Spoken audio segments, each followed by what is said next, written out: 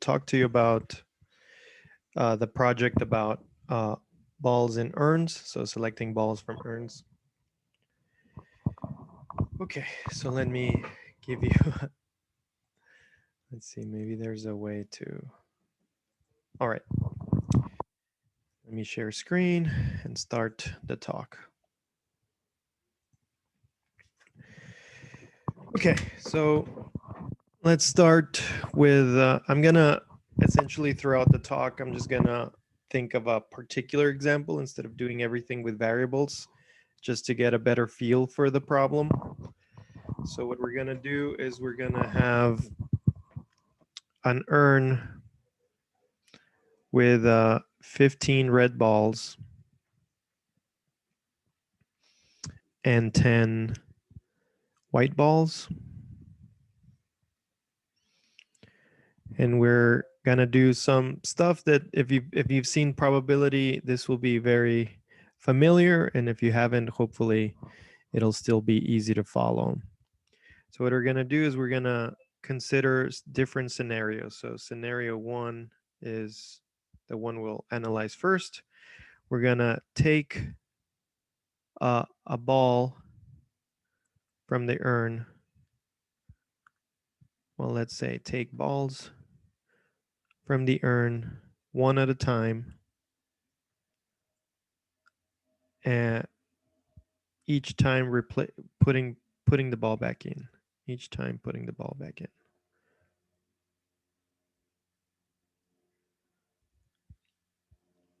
So this is known as sampling with replacement. So you have a bag with a bunch of balls,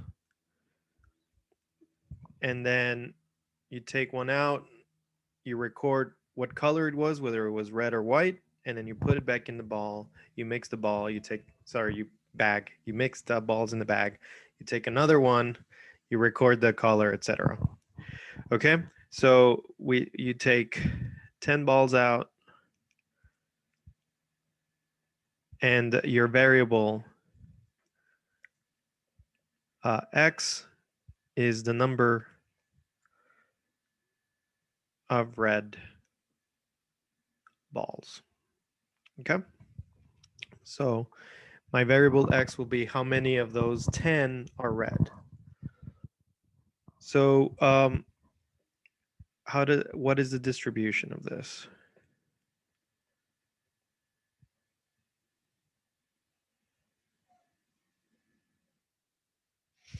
Okay, so because you always put the balls back in, then at each time the probability of a ball being red is 15 over 10 plus 15, which is 15 over 25, which is 3/5. And the probability that it's white is the rest, right? 10 over 25, also known as 2/5.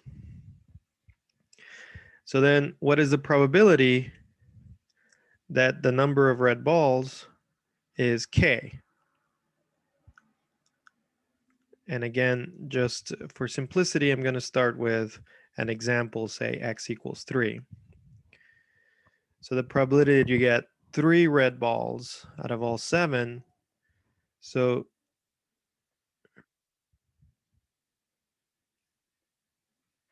let's see. So you're recording them in order, right?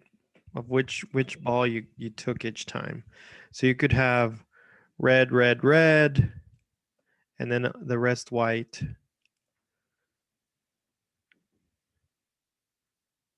Or many other combinations, and the total possibilities of how many there are is 10 choose 3, also known as 10 factorial over 3 factorial times 7 factorial. So it's like all possible permutations, but then you have to divide by, well, the order of the 3 reds could be in any order, so you divide by 3 factorial, and the order of the 7 whites could be in any order, so you divide by 7 factorial. So this probability is 10 choose 3, and then each red ball has probability 3/5. So 3/5 to the third, and then 2/5 to the 7, right? So you get this distribution. Raydan, you have a question? I was remembering like there is a similar problem we have solved. So for example, if we are requiring, it's like the red balls are maximal if the ratio required is close to 3/5, right? Yeah. So that will make it maximal. So more will be less probable, and less will be less probable. Is Yes. that right? Yeah, that's good intuition. So the probability that you only get 3 of them should be low. Yeah, you should get, I guess, closer to 6.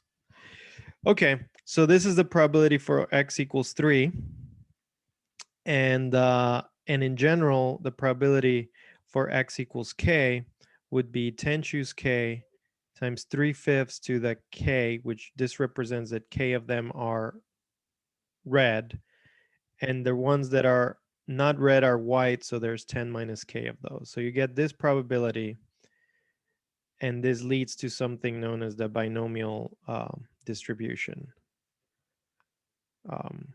Okay. So let me just show you a graph of how these 10 probabilities look like. Let's see.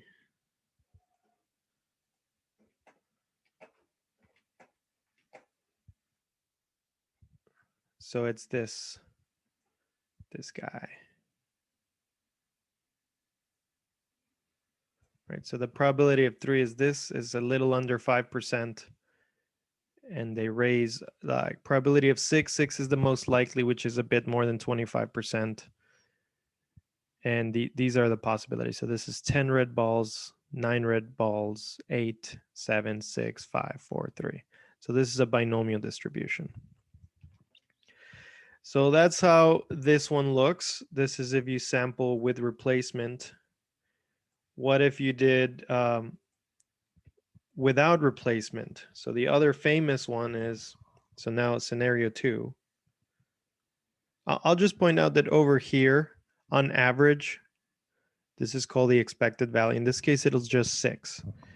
So because the probability of getting a red ball is 3/5, and you pick 10 of them, 3/5 times 10 is 6.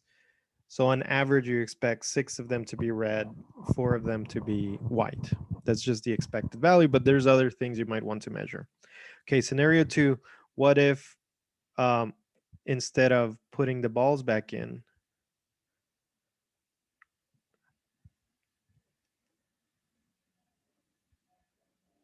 you keep them? Okay. So this time you take a ball out, you record, oh, it's red, and you leave it out. Then you grab another one, you see what it is, you leave it out. Okay. So for example, again, let's say what's the probability that you get, well, in this case, I'll do x2. X2 is the number of red balls in scenario 2. Scenario 2. Okay, so what's the probability that it's 3? All right, so first of all, let's just consider a special case. What, suppose you get white, white, white, red, white, red, red, 2, 3, 4, 8, 9, 10. So suppose this is how you got them, right? So you have 3 red balls somewhere. They happen to be in positions 4, 6, and 7. You have whites in positions 1, 2, 3. Okay, I won't write those down, but then in the other locations. Okay, so this first white ball, the probability of this happening is 10 over 25 because there's 10 white balls and 25 total balls. But once you took that one out, the next guy has probability 9 over 24. The next guy has probability 8 over 23. Now this guy has probability, well, that's red, so there's 15 red balls out of 22 balls.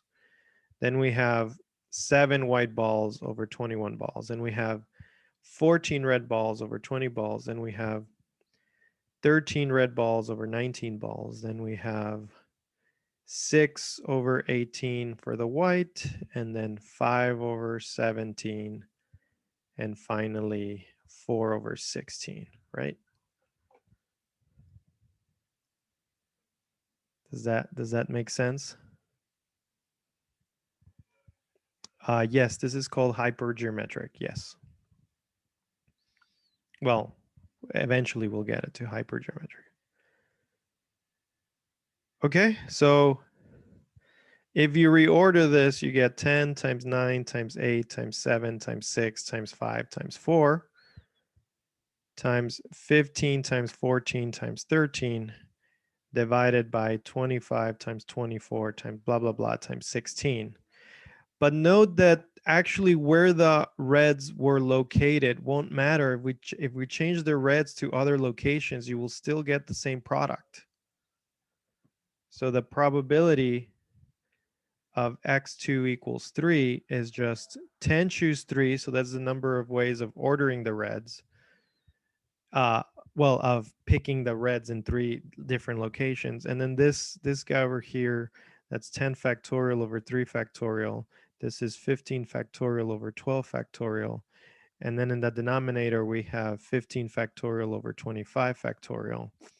So you have 10 choose 3, or I guess, yeah. And then this, you could write these 3, that's 15 choose 3.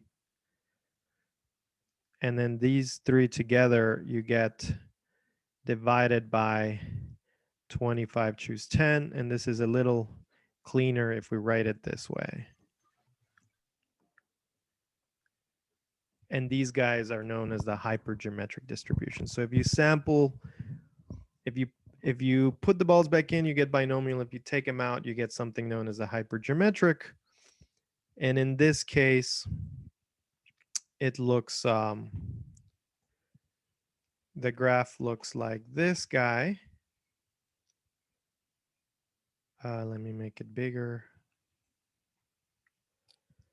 So note how the probability of getting 6 reds is actually higher in this system. Like over here is over 25%. Over here is more than 30%. So the hypergeometric is a bit more beefy near the expected value. So it's more likely that you get this. So someone asked, what is hypergeometric distribution? So the hypergeometric distribution is what happens when you sample with replacement. Without replacement. And it's essentially this formula where the probability of x equals k is something like the total. So let's say total number of white balls over total number of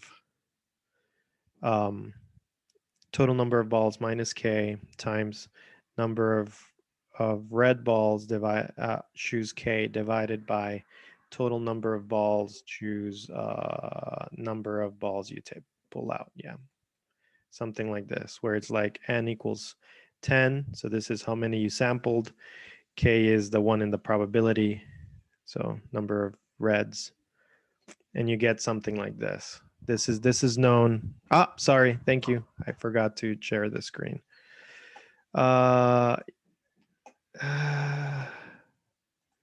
Here we go. So hypergeometric distribution is a formula that looks something like this, but the essence is sample without replacement.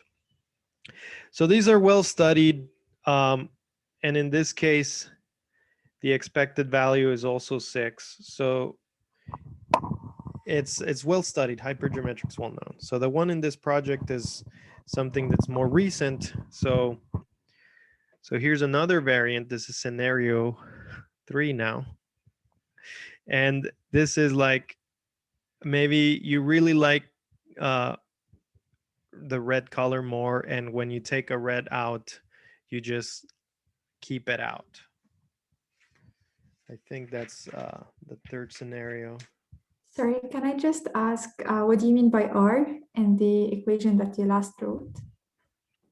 Here, Yep. R so just K. R is total number of reds. All right. W is number of whites. Mhm. Capital N is the total, which is R plus W. And little n is how many you sample. So Okay, thank you. those would be, yeah, thank you. Okay, all right. So scenario 3. So this was studied in a paper called, it has a,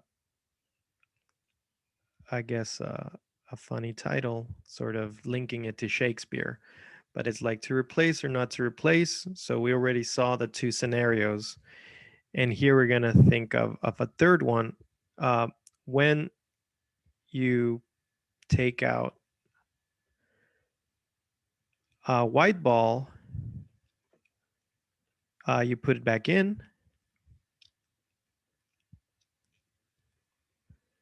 When you take out a red ball,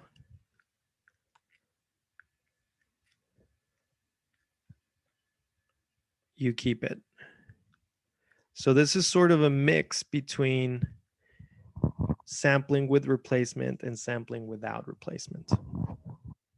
Okay, so let's again do the example k equals 3.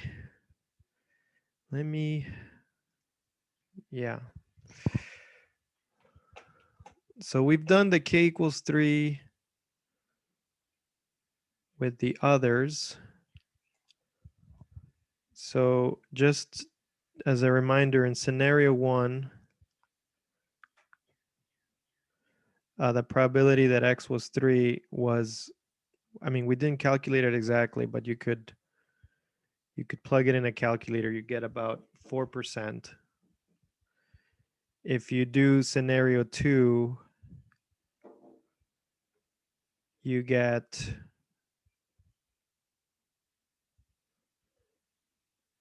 a little under 2%.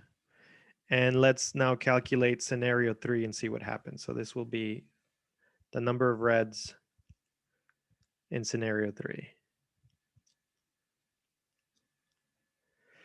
Okay, so this is actually more complicated. So let's look at this setting again, where the first 3 are white, then you get a red, then white, then red, then red, then white, then white, then white. Okay, so this first guy has probability 10 over 25. This next guy is also 10 over 25 because the white balls you put back in. This is also 10 over 25. Now, when you take a red, because it's the first red, it's 15 over 25, but now you took that red ball out. So now there's only 24 things left, but 10 of them are white. So this is 10 over 24. Now there's 24 balls left and 14 of those are red. So this is 14 over 24. But now there's 13 red and 23 balls. But now there's the number of whites still 10 is just constantly 10, but now there's only 22 balls and then another white and then another white. So you get 10 to the 7 times 15 times 14 times 13 divided by 25 to the 4 times 24 squared times 23 times 22 to the cubed. Okay? So now if you change the order of the reds, if you put them in different locations, the numerator will stay the same. You'll always have 7 tens. You'll always have a 15, a 14, and a 13. But the denominator will change. The number of 25s depends on the location of the first red. It's sort of easy to see that if the reds are in locations, let's call them, I don't know, A, B, C, then the probability will be 10 to the 7 times 15 times 14 times 13, which I'll just write as 15 factorial over 12 factorial. So the numerator will be the same, but the denominator will be 25 to the A, that's the location of the first red, 24 to the B minus A, that's the location of the second red minus the first one, 23 to the C minus B, and then times 22 to the 10 minus C. Okay. So actually the probability that in this scenario you get 3 red balls, you would have to sum over all tuples A, B, C, where 1 is less than A, less than B, less than C, less than or equal to 10, of 10 to the 7 times 15 factorial over 12 factorial times 1 over 27, 5 to the A times 24 to the B minus A times 23 to the C minus B times 22 to the 10 minus C. So this is more complicated to do. And you can evaluate this using, say, a computer and get that this is approximately 6%. So you get a different number than the other two, right? It's actually a bigger number than both of these. Okay. And then you could, so to find the distribution,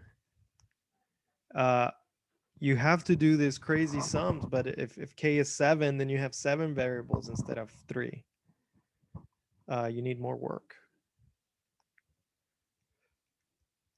So I coded this up. I'll show you a bit of that. Although I guess a good exercise is to code it yourself. So you can see the Mathematica notebook, right? Okay, Yes. so here's how the distribution looks. So this, as you can see, is pretty different. So now 6 is not the most common number. 7 is more common. Okay. So that's weird. It's more common to get more than the average. But if you calculate the expected value is 5.5081. That's smaller than the others. If you want to know, by the way, what was the probability of 3, it's this crazy ratio. Oops, where is it? It's this number, this huge number, which is about 6%. But you can calculate it exactly as I did there. Okay, so more crazy things happen if you look at this variant, right? So in that paper, to replace or not to replace, for example, they prove that the expected value of these guy of scenario 3 is smaller than the expected value for the binomial. And they prove that it's actually bigger than 3/4 of that expected value. So it's somewhere between 3/4 and 1. So there's many open questions that we can work on in this project. One of the ones that I find interesting is like, can we get better bounds here? Like maybe the expected value in this scenario is some constant times the usual, so times the expected value of x, or let's say roughly some constant, and maybe we can compute c. Okay, so that's one question that I'm very interested in exploring this summer. Another one is generalizations, right? So in this case, we kept the red balls and put the white balls back in. So you could easily generalize this to say, okay, so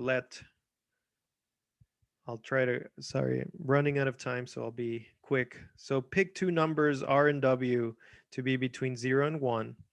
And this will represent probability of keeping a red ball. And that's the probability of keeping a white ball.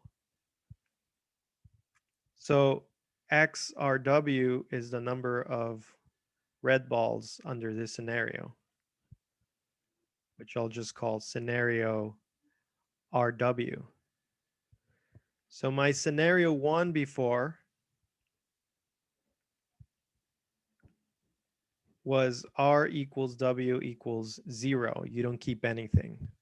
Scenario 2 that we did today was R equals 1 equals W. You keep everything. So this is you replace, so you don't keep anything. You keep everything. And the scenario 3 we did was you keep the red balls and you don't keep the white balls. Right? But there's probably cool things that you can do for a general RW. So explore for general R and W.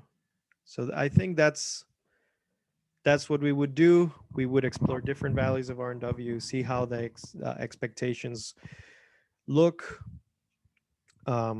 If you keep W fixed and you move R, is it like what shape does the expected value have? Is it increasing, decreasing? Is it a quadratic sort of looking thing?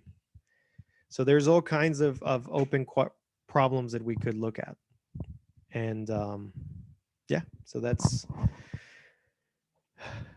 what I had in mind for this project.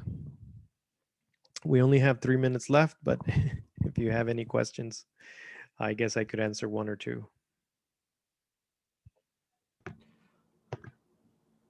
Hi, sorry, you can go, Nathan. Thank you. This new scenario that you bring up, the scenario 3, does it have, is this basically like an isolated little thing that's a cute toy probability model, or does this have useful connections to other parts of math of which we should be aware?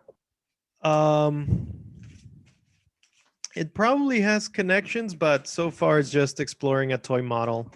I think the authors were just observant of how their son would play with Legos and would keep some colors and others would just replace some of the colors and not the others.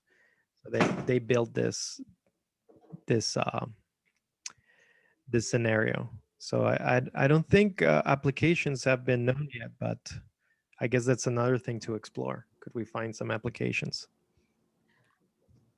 I just want to know if do you think there's going to be computer programming in this project?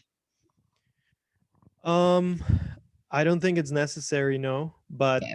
I think I mean, because the projects are probably going to have a lot of students, I could foresee that like a group of the people in the project are more into the programming side and another group are more into the theory side. Right. You could go either way. Yeah. Okay, thank you. You're welcome. All right. So thank you for your time. And that. Thank you for your time, Professor. See you. Thank you. Thank you. Bye. Thank you. Bye. Have a nice day.